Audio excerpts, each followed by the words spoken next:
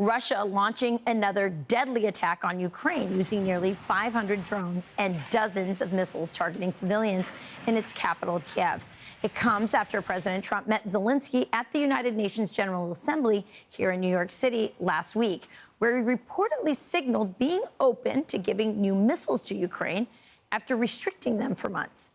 Worldstrat President Jim Hanson served in the U.S. Army Special Forces, and he joins us now. So, Jim, I wanted to have you on to help break this down because, you know, as soon as President Trump came into office, his first goal was to end the war. He hates the killing. He hates that, you know, 7,000 young people are dying every single week in this war, and he wants to end it. And it seemed like he was leaning really heavily on Zelensky, and then he offered an olive branch to Putin in Alaska, and now it seems like he's frustrated with Putin. Putin's not doing, coming to the table, and now he's back to helping Ukraine, or he's starting to help Ukraine on the military front, even though he wants to end the war. So break it all down for us.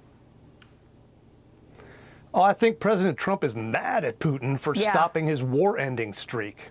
You know, he expected a little better from him and gave him the honor of a meeting in Alaska.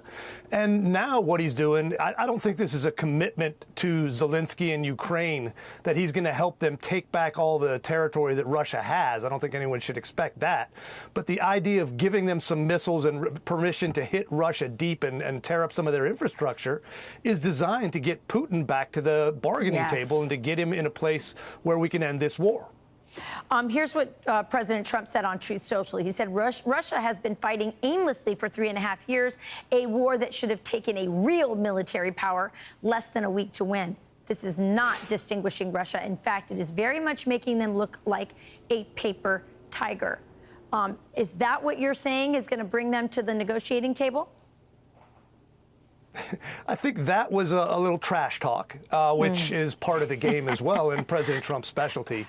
Yes. But I think he also has made it known in that same speech that China and India are buying way too much energy from Russia and giving them cash that funds this war. He also pointed out the Europeans are doing the same thing. They're buying energy from Russia and funding a war. And he said, who the hell does that? So I think he's going to put pressure on those people to stop buying Russia and funding this, and then also give Ukraine a little bit more help and pressure Russia with every other piece of U.S. power that he can. Yeah, there's not a lot of appetite for a Ukraine war, and people really do want the president to end this. Hopefully, this will bring Putin to the negotiating table. I want to ask you about this because Pete Hegseth, our war secretary, has called for this very mysterious meeting with generals. This is a Politico headline that you're looking at right there. Hegseth's mysterious meeting with generals will focus on grooming and warrior ethos. What do you expect to happen? Now, there's a lot of speculation online about what this is about. What are you hearing?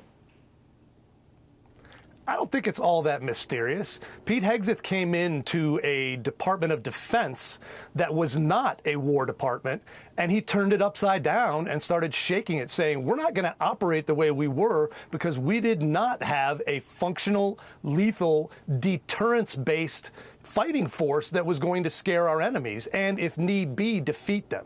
So he changed the policies. He threw out DEI. He stopped the trans stuff. You know, he said we're going to have actual physical fitness standards, and that has met some resistance. So they basically are getting a kind of a come to Jesus meeting saying you need to get on board or those 20% cuts we talked about might be you. Yeah, I noticed it said grooming in there.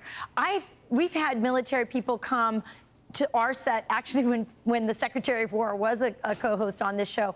And I remember being shocked sometimes at the grooming, I think I saw someone with a beard and some other things. Is that what he's talking about? Is that what you think they're also going to discuss? Yeah, people forget, that part of the military entire way of life is to look like a warrior. Yes. And having a bunch of, fat, out of shape people with long hair and, just looking scraggly does not present the image that we want. So he wants this to look like a fighting force, act like a fighting force, and then hopefully deter our enemies, but if need be, to fight like a fighting force. Yeah, I love that. I can't wait to hear what that's about, and how he gets them back into shape and back to looking uniformed and like really tough, mean fighting machines. Jim Hanson, thanks for joining us. Great information.